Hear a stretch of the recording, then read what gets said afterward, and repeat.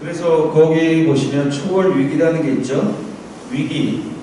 그러니까 우리 상황에서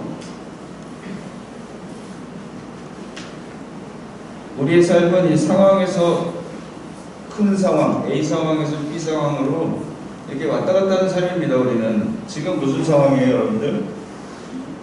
성당에 와서 교육받는 상황이잖아요. 여기서 이제 집에 갔잖아요.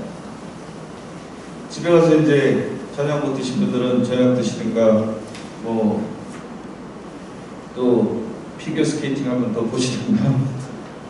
이게 우리가 이제 여기서 왔다 갔다 하는 거죠. 하루 종일 직장 갔다가 또 어디 갔다 이렇게 가는데 여기 누가 계시는 거예요? 하느님이 계시거든요. 여기를 우리가 이렇게 지나다니는 것, 이게 굉장히 중요합니다. 하느님을 이렇게 우리가 왔다 갔다 해야 됩니다. 그런데 여기에서 위기가 생길 수 있습니다. 위기는 두 가지가 있죠. 위험도 있고, 위험의 요소도 있고, 기회의 요소도 있습니다. 이거를 우리가 잘, 영적인 분은 위기를 뭘로 받아들여요? 기회로 받아들이는 사람입니다. 남편이 실직했다. 그럼 위험입니까? 기회입니까? 아이고, 이걸 어떻게 그리고 남자들은 그런 경우 있잖아요. 1년 동안 회사는 안 나가고 계속 회사 나가는 것 같이 나가갖고 진짜 뭐 그냥 어디 뭐 여기저기 뭐 복덕방 같은 데 같은지. 예전에 진짜 IMF 때 제가 시와 있을 때 보니까 거기 이제 낚시터가 하나 있었거든요. 이 낚시터에 개가 한 마리 있었는데 이 개가 아주 굉장히 똑똑한 개예요. 이 개가 낚시하러 왔는지 잡상인으로 왔는지 다 이게 일반인이 들어오잖아요. 막 치죠. 낚시하러 돈 내고 낚시하러 온 사람은 살살살살 근데 IMF 1999년에 IMF 왔잖아요. 그때 정말 양복 입고 거기 와서 낚시도 못 하셔. 왜냐면 3만 원이니까 내야 되잖아요. 밥 먹고 그러려면 뭐 안 되니까 옆에 앉아서 이래 보시는 분들도 있었는데 어쨌든 네 우리는 이거를 이중구조로 사시는 분들은 그걸 위험으로 봅니다. 근데 영적으로 생각하는 분은 기회로 봅니다. 잘됐다. 이번 기회에 우리 집 같은 거 다 팔아갖고 해외여행이나 한번 신나게 가보자. 진짜 해외여행 가갖고 돌아다니다가 애들 데리고 돌아다니다가 뭐 여행 책 같은 거 있잖아요. 책 같은 거 내갖고 자기 경험 삼아서 책 내갖고 베스트셀러 갖고 돈 버신 분도 계시고 그렇습니다. 그리고 또 그런 거에서 그만뒀다는 거는 어떤 하느님의 거기 또 섭리가 계셔요. 하나님의 섭리. 하나님께서는 이제 좀 다른 일을 좀 해보면 좋겠다. 이런 뜻이 있는 거죠. 여러 가지. 그래서 위험으로 받아들이는 이중구조의 사람들은 그래서 거기 보시면은 반형성적 선택을 합니다. 그리고 무엇에 의해서 기투된다. 무슨 요인에 의해서 자신을 이렇게 수신하게 되는 거예요. 근데 기회로 삼는 사람은 형성적인 선택, 하나님의 뜻대로 선택을 하고 무엇에로 기투, 하나님에게로 기투하는 것, 자신을 투신해요. 하나님에게로. 아, 그동안 신앙생활 못했는데 이제 잘됐다. 열심히 성당에 나가자. 그래서 위험으로 생각하는 사람은 외면하는 기투, 기회로 생각하는 사람은 삼중구조로 사는 영적인 사람은 인정하는 기투로 나가게 됩니다. 그래서 굉장히 긍정적이 되겠죠. 네, 뭐 자녀가 예를 들어서 떨어졌다. 넌 그냥 뭐 밥을 그렇게 해줬는데 너 낳고서 미역국 먹는 게 창피하다. 이렇게 하는 게 아니라 네, 그거 뭐 중요한 것이 아니다. 너 소질을 잘 살려라. 이렇게 말하겠죠. 이중 구조에서 위험으로 보는 사람들은 노를 합니다. 노, 안 돼, 이런 거를. 그런데 기회로 삼는 사람, 영적인 사람은 예, 언제나 예를 말합니다. 4번 있죠? 언제나 예를 말합니다. 예. 우리들은 어떻게 해요?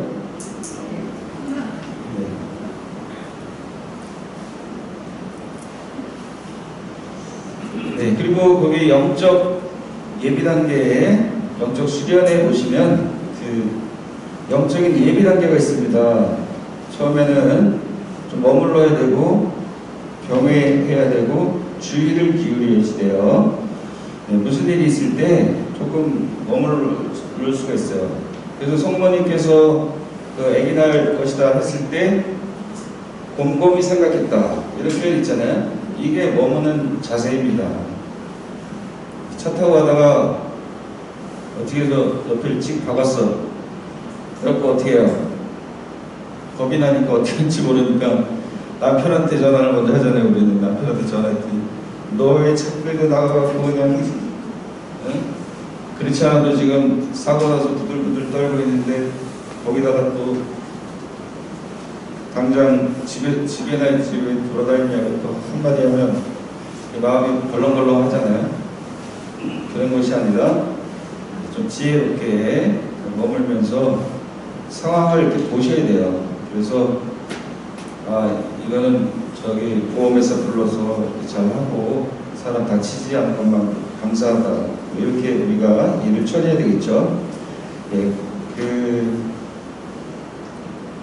경외라는 것은 침묵이고 머문다는 것은 형성적 독서, 주의한다는 것은 묵상하고 성찰하는 것이다. 네, 그래서 여러분들 그 학교에서 운동 체육 시간 있잖아요. 체육 시간 하다가 아기가 어떻게 사고 난 적이 있었대요. 우리 어느 선생님 총회장 하시던 분이 말단 교사였었는데 초등학교 남자분인데 교감부장도 못하셨네요. 어쨌든 말단 교사로 굉장히 아주 재미있게 우리 평생 지내셨는데요.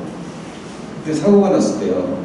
사고가 났었는데 아기가 죽은 거죠. 체육 시간에. 근데 그 장학관이 와서 제일 처음에 하는 게 뭐냐면 선생님한테 준비 운동을 시켰느냐 안 시켰느냐, 그게 굉장히 중요한 관건이다. 우리 신앙생활도 마찬가지입니다. 이런 그 영적인 그 예비 단계가 있어야지 됩니다. 나중에 이제 보겠지만, 영적인 예비 단계. 그래서 여러 가지가 있죠. 영적인 예비 단계라면 집에서도 좀 기도하는 분위기, 이런 것들도 필요하고, 또 몸가짐도 중요하고, 이런 것도 필요하죠. 어느 분이 제가 이제 성당 칠 때 같이 하시는 분이 그러더라고요. 저한테 하는 얘기가, 신부님, 저쪽에 문호리 쪽에, 지금은 이제 주택들 많잖아요. 전원주택들 많은데 그때 당시에는 양수리 그쪽으로 좋은 집들이 많은데 제가 가서 거기를 공사를 하는데 평당 1,000만 원짜리 집도 있습니다. 그래서 이렇게 잘 사는 집들이 많더라고요. 하여튼 대리석으로 발라놓으면 그 정도 되는 것 같아요. 지금은 조금 이제 단가가 낮아졌지만 옛날에 더 비쌌겠죠. 수입할 수밖에 없으니까. 그래서 공사하고 그러는데 중요한 거를 제가 봤습니다. 잘 사는 집은 꼭 뭐를 만들어 놓냐면 기도방을 만들어 놓는다는 거예요. 신기하죠? 집을 이렇게 잘 짓잖아요. 기도방을 하나 기도방이 있다는 거예요. 우리는 어디 기도할 데가 없어갖거든요. 네. 그렇게 잘 살기 때문에 만들어 놨을까? 아니면 그렇게 영적으로 살기 때문에 하느님이 더 많은 것을 주셨을까? 네. 어느 게 먼저인지 모르지만, 어쨌든, 이런 좀 차이는 좀 있을 수 있습니다. 우리가 영적으로 지내지 않으면 하나님께서 굉장히 많이 여러 가지를 하나님이 안 보시는 것 같은데 하나님은 다 이렇게 알고 계시는 거죠. 주위의 것들이 다 하나님께 다 이렇게 전송한다고 그래요. 풀들도 그렇고 나무들도 그렇고 주위에 우리만 똑똑한 게 아니라 이런 무생물들도 하나님의 뜻대로 살아가고 있습니다. 우리는 하나님의 뜻대로 살아가나요? 근데 모든 피조물은 하나님의 뜻대로 살아가요. 사람만 빼고. 이게 이제 굉장히 중요한 문제. 다 본인이 예를 들어서 풀들은 생존 경쟁이잖아요. 풀들에게 준 특징은 생존 경쟁. 그래갖고 그냥 어느 곳에 있더라도 아니면 어느 풀들과 있더라도 더 뻗쳐가고 올라가려고 그러잖아요. 굉장히 하나님의 뜻대로 열심히 사는 거죠. 동물들은 어떤 거예요? 동물들은 약육강식이잖아요. 거기서 그냥 뭐 또 어떻게 돼? 그냥 물개라든가 이런 것도 자기 암컷을 많이 또 데리고 살기도 하고 열심히 살잖아요. 암컷 빼앗기 위해서 어떻게 되는 거예요? 피가 터져가고 동물의 왕국 이런 거 보면 싸우는 거 보면 물곰 이런 거 물곰 싸우는 거 보면 아주 처절해. 어쨌든 약육강식을 하면서 하나님 뜻대로 살죠. 사람은 어떻게 되는 거예요?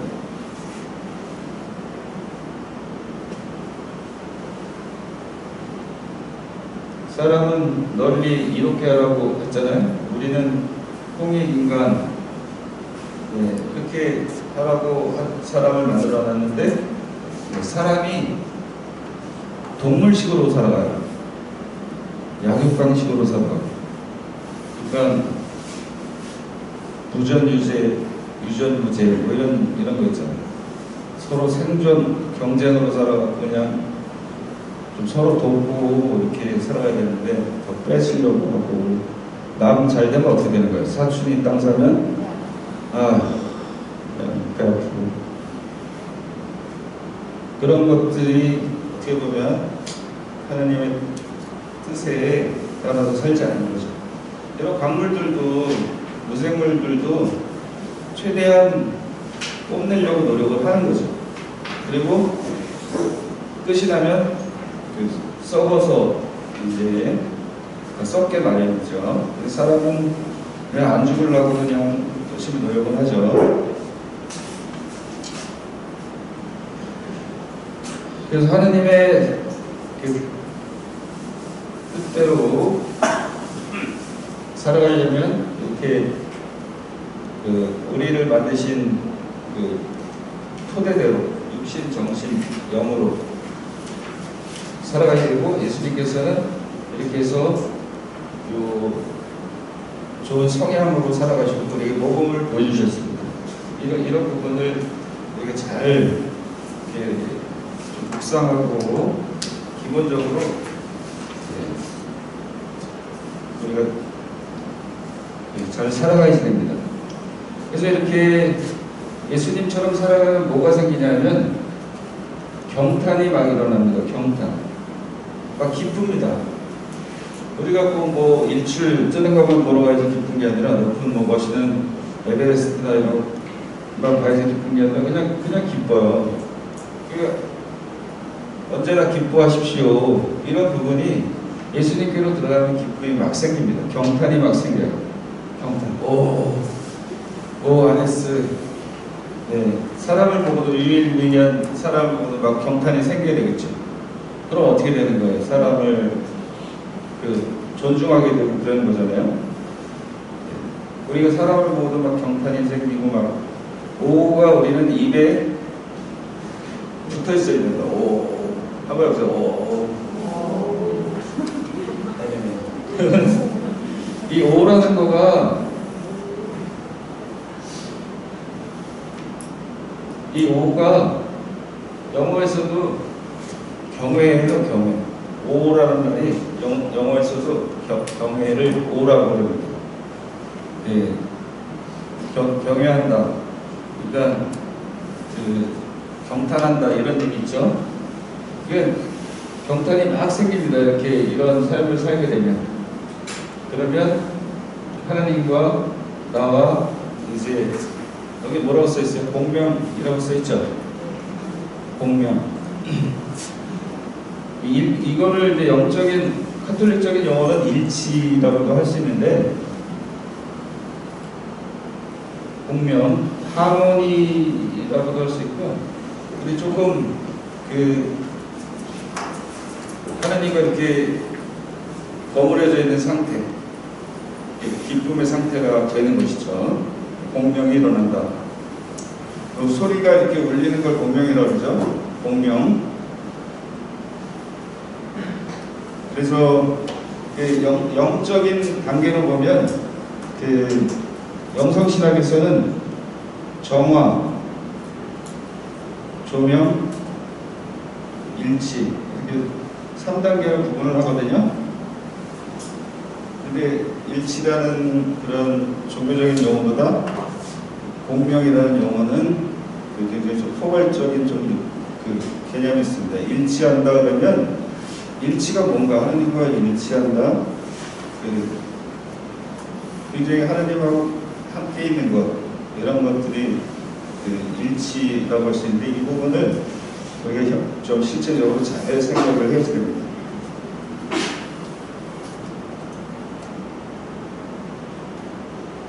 네, 조금만 더 하겠습니다.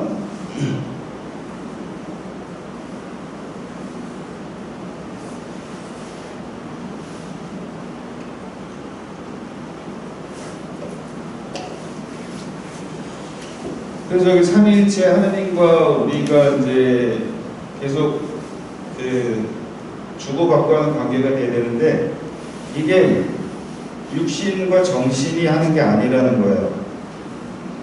이 정신은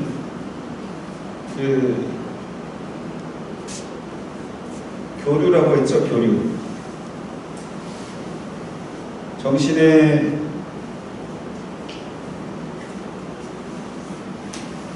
상태는 역할이고, 그래서 정신이 하는 것은, 우리는 정신을 좀 잘못 이해하고 있습니다. 정신을 기억하고 생각하고 판단하고 추론하고 이런 거로다가 생각하고 있잖아요. 근데 정신이 하는 역할은 교류입니다. 교류. 오른쪽에 보시면 삶의 실제 삶의 형태에 보시면 교류라고 하잖아요. 교류. 그러니까 컴퓨터로 하면 펑션 키 있죠. 펑션 키. 이렇게 하고 F7이라든가 이런 거 누르면 프로그램이 나오잖아요. 그런 것처럼 정신이 하는 것은 교류를 합니다. 그러니까 육신이 오감으로 받아들인 것을 영으로 올려드리는 거고, 영에서 하나님께 받은 것을 육신으로 내려보내는 역할을 하는 게 정신입니다. 이 부분을 우리가 잘못 생각해서 그냥 이 정신을 굉장히 중요시 하잖아요. 지금 많이 외운 사람, 시험 잘 본 사람, 이게 줄 서갖고 뭐 대학교도 서울대 무슨 어디 이렇게 줄 세우잖아요. 그게 조금 세상적인 잣대인데 올바르지는 않습니다. 그게. 그래도 초등학교, 중학교, 고등학교고 이것을 다 배운 거를 CD에다 넣으면 CD 한 장인데, CD 한 장 분량을 하느라고 6년이라는 시간 동안 아주 고생을 엄청 하잖아요. 근데 그게 그냥 머리만 키우는 역할을 합니다. 왜냐하면 이렇게 해야지 먹고 살 수 있으니까. 그리고 또 올라갈 수 있고 막 사다리를 탈 수 있고, 이런 부분들이 영적인 사람들은 좀 바뀌어야 됩니다.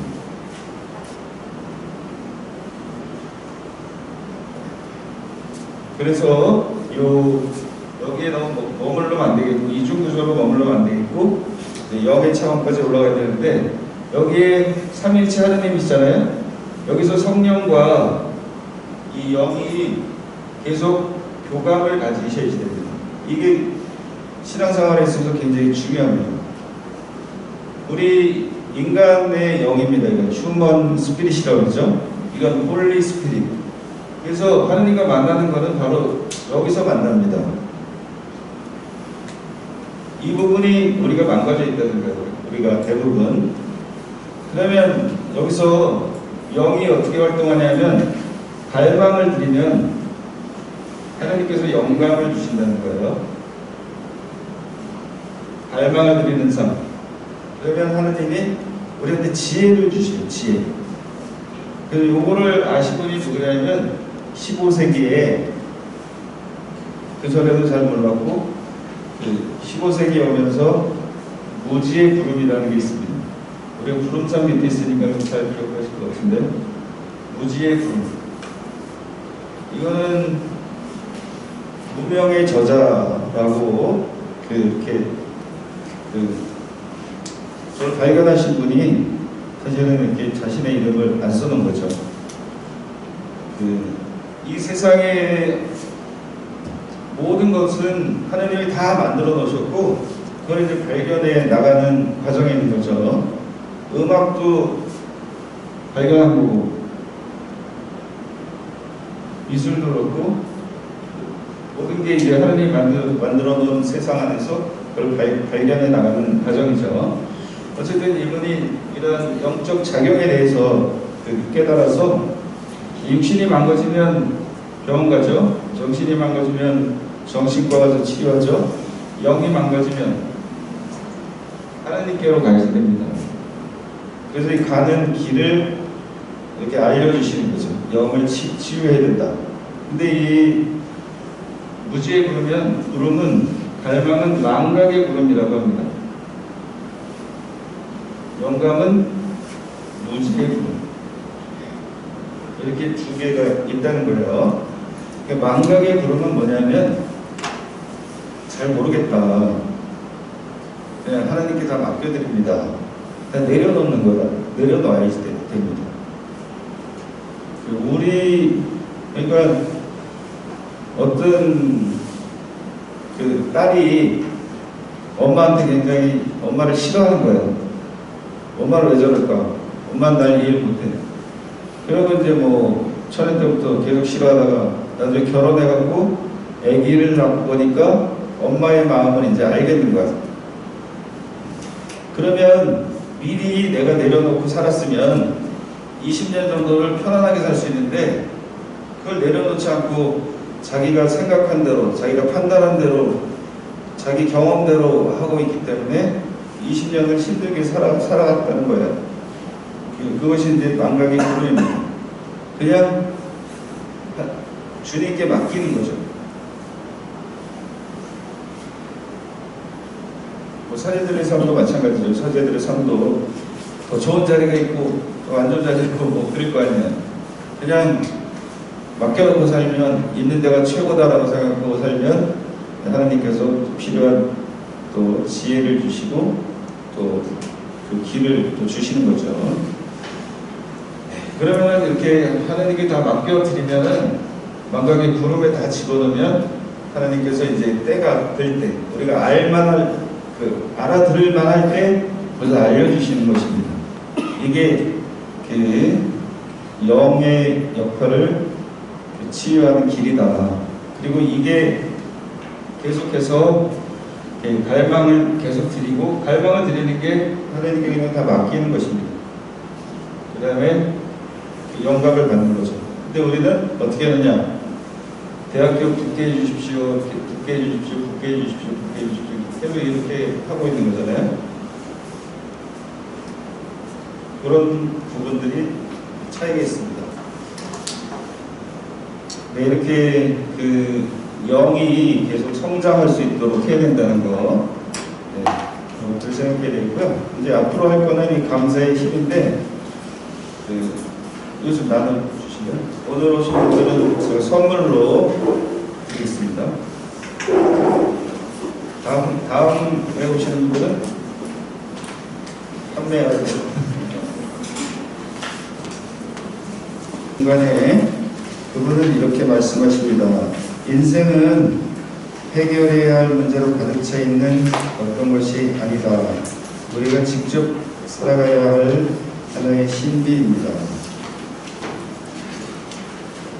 그렇습니다. 설사 우리가 큰 고난 속에 있더라도 그 고난은 우리 삶의 본질이 아닙니다. 삶은 우리가 직접 살아가는 하나의 신비입니다.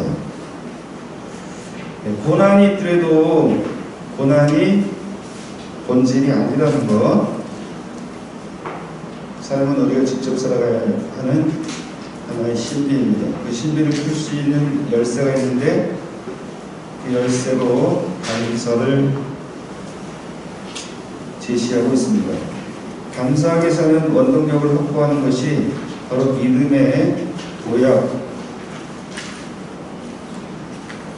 호야와 밑줄 쳐놓으세요. 감사하게 사는 원동력을 확보하는 것이 믿음의 도약이다. 지난 역사를 통해 위대한 인물들은 대부분 감사를 통해서 큰 도약을 이뤄낸 분들입니다.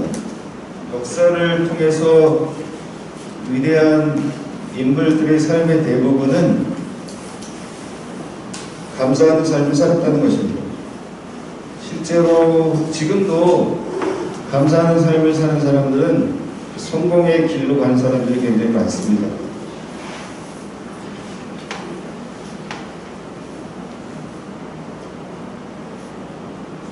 왜냐하면 역사를 통해 위대한 인물들 그 시대의 상황을 보면 다 고난의 시대입니다. 전쟁의 시대, 세상이 아주 어두운 시대.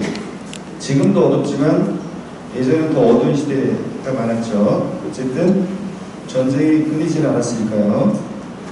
그렇다면 우리는 감사하기를 멈출 이유가 없습니다. 위대한 인물들의 삶은 대부분의 의심, 절망, 증오의 한가운데 있었습니다. 하지만 그들은 믿음, 희망, 사랑을 계속적으로 실천했습니다.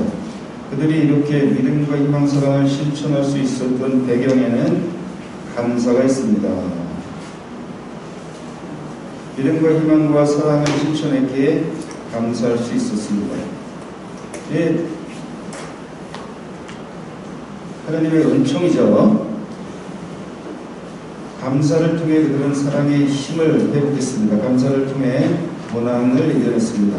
그렇다면 우리가 감사하지 않을 이유가 없습니다. 감사의 모범은 예수님입니다.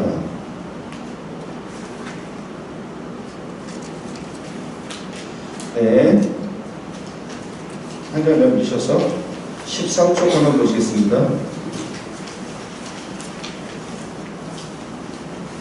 네, 최덕기 주변에 써주신 글인데요.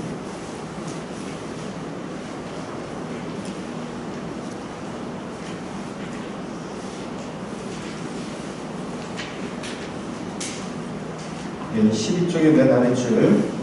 여기서 우리가 간구하고 있는 것이 있습니다. 행복과 치유, 위로, 평화, 사랑에 대해 말하는 것도 좋습니다. 하지만 더 중요한 것이 있습니다. 바로 감사하는 사람이 되는 것입니다. 감사가 없다면 우리의 삶은 모래 위에 지은 집과 같습니다.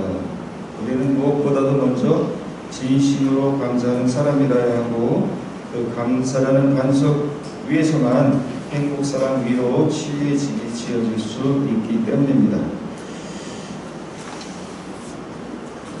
그래서 인간의 삶은 한마디로 뭐라고 이야기할 수 있느냐 하면 영적인 삶이라고 말씀드렸잖아요. 영적 삶. 이 말은 마음, 영을 초월이라고 합니다. 다른 이름으로 초월적 삶이라고 할 수 있어요. 초월적 삶. 인간의 삶은 초월하는 삶. 근데 이 초월을 일으키는 도구가 감사다, 이렇게 보시면 되겠습니다. 감사하는 마음은 어디서 오고 감사하는 사람은 어떻게 됩니까? 감사하는 마음은 세상의 모든 좋은 것들이 나 자신으로부터 오는 것이 아니라는 것을 깨달을 때 생기고, 그래서 다 우리는 사실은 공짜로 온 거잖아요. 다 도움받고 있고, 그래서 모든 게 다 은총이다. 꽃동네에서 얻어먹을 수 있는 것만도 또 은총입니다. 이렇게 하죠. 그래서 내가 살아가는 모든 것이 하나님을 비롯하여 부모님, 외부로부터 온다는 생각할 때 생깁니다. 모든 것이 나로 인한 것이 아니고 하나님의 섭리와 이웃과 주위 도움의 환경의 도움에 의한 것임을 깨달을 때 우리는 모든 것에 감사하지 않을 수 없습니다. 네, 이게 이제 중요한 것이죠. 중요한 말씀이죠. 하나님의 섭리와 이웃과 주위 환경의 도움, 네, 이거 없이 우리가 살아갈 수는 없습니다. 그렇게 잘 살아가도록 우리를 만들어 주신 것인데, 그래서 감사하는 마음은 그리스도교인들의 기본 자세입니다. 개신교 사람들은 감사를 많이 합니다. 그죠? 아침에도 감사, 점심에도 감사, 뭐 이렇게 감사 이렇게 얘기하는데, 우리들은 조금 따지고 이렇게 하죠.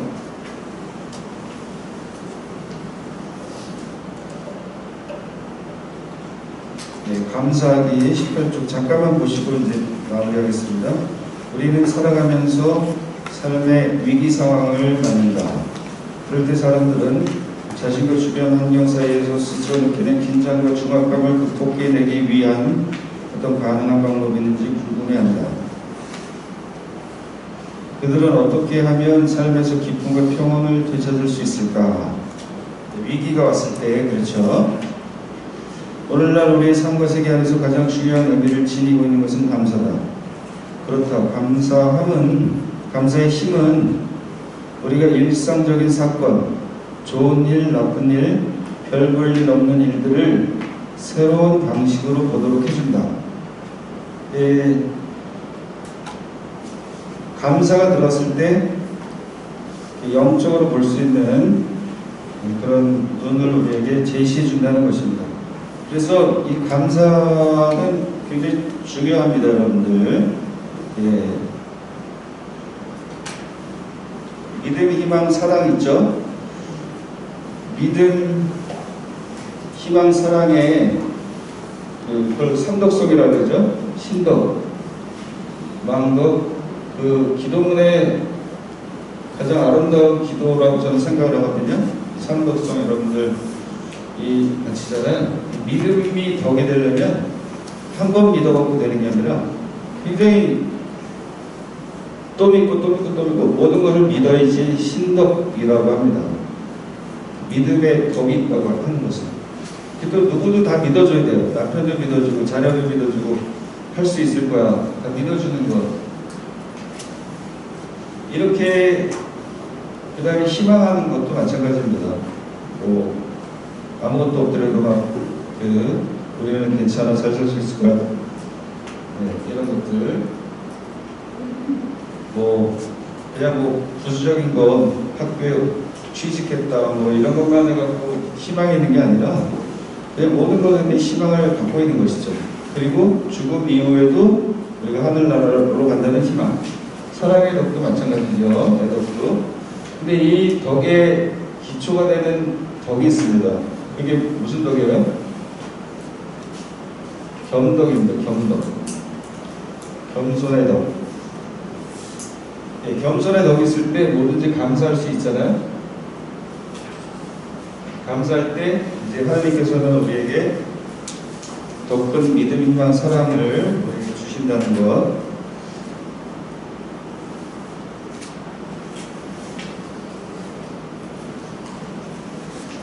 여담으로 하나만 더 말씀드리면 우리가 3대 신심이 있습니다. 하나는 성책에 대한 신심, 성모님 신심. 그래서 성책, 성모님, 순교자, 성모님 신심. 이게 우리 3대 신심이라고 최주교님 말씀하시는데 이게 있으면은 신앙의 길에서 넘어지지 않는다 이렇게 표현을 합니다. 신앙이 흔들리지 않는다는 거죠. 어떤 데 뜨거워졌다가 차가워졌다가 이렇게 되지 않는다는 거죠. 근데 여기에 기초가 되는 신심이 있습니다. 뭐냐면 여기는 사제 신심입니다. 사제 신심. 왜냐하면 성체를 거행하는 것이 사제고, 또 순교자들은, 한국 순교자들은 사제 영입을 노력했고, 성모님께서도 가장 사랑하시는 사제들에게 계속 메시지를 주시죠. 네, 어쨌든 여담으로 드린 거고요. 어쨌든 이런 성모님, 순교자, 또 성체 신심, 이런 것들이 우리가 흔들리지 않는 신심이다. 네. 그래서 이 감사를 통해서 이제 이런 영적인 부분이, 감사는 이 영적인 삶의 윤활유와 같은 역할을 합니다. 윤활유. 그러니까